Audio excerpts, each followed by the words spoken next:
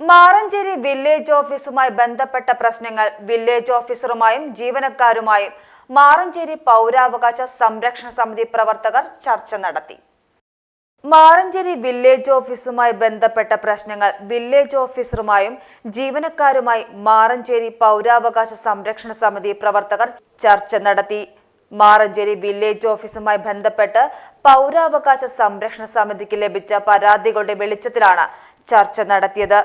ജീവനക്കാർ പൊതുജനങ്ങളോട് മോശമായി പെരുമാറുന്നതും ആവശ്യങ്ങൾ ശരിയാക്കുന്നതിന് കൈക്കൂലി നൽകേണ്ടി വരുന്നതും അപേക്ഷകളിൽ അന്യായമായ കാലതാമസം നേരിടുന്നതും തുടങ്ങി വിവിധങ്ങളായ പരാതികളാണ് ജീവനക്കാരുടെ ശ്രദ്ധയിൽപ്പെടുത്തിയത്. വില്ലേജ് ഓഫീസർ സരിത സത്യനുമായും ജീവനക്കാരുമായും നടത്തിയ ചർച്ചയിൽ നിലവിലെ അവസ്ഥ വിശദമായി വിവരിച്ചു.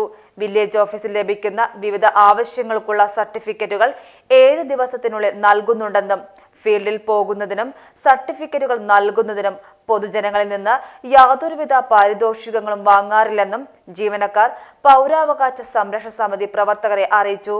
പൊതുജനങ്ങളോട് മാന്യമായ രീതിയിലാണ് പെരുമാറാൻ ശ്രമിക്കുന്നതെന്നും വില്ലേജ് ഓഫീസർ പറഞ്ഞു. ജീവനക്കാരുടെ കുറവും കമ്പ്യൂട്ടർ അടക്കമുള്ള അടിസ്ഥാന സൗകര്യങ്ങളുടെ അപര്യാപ്തതയും ജോലി വൈകുന്നതിന് കാരണമാകുന്നുണ്ടെന്നും വില്ലേജ് ഓഫീസർ പറഞ്ഞു.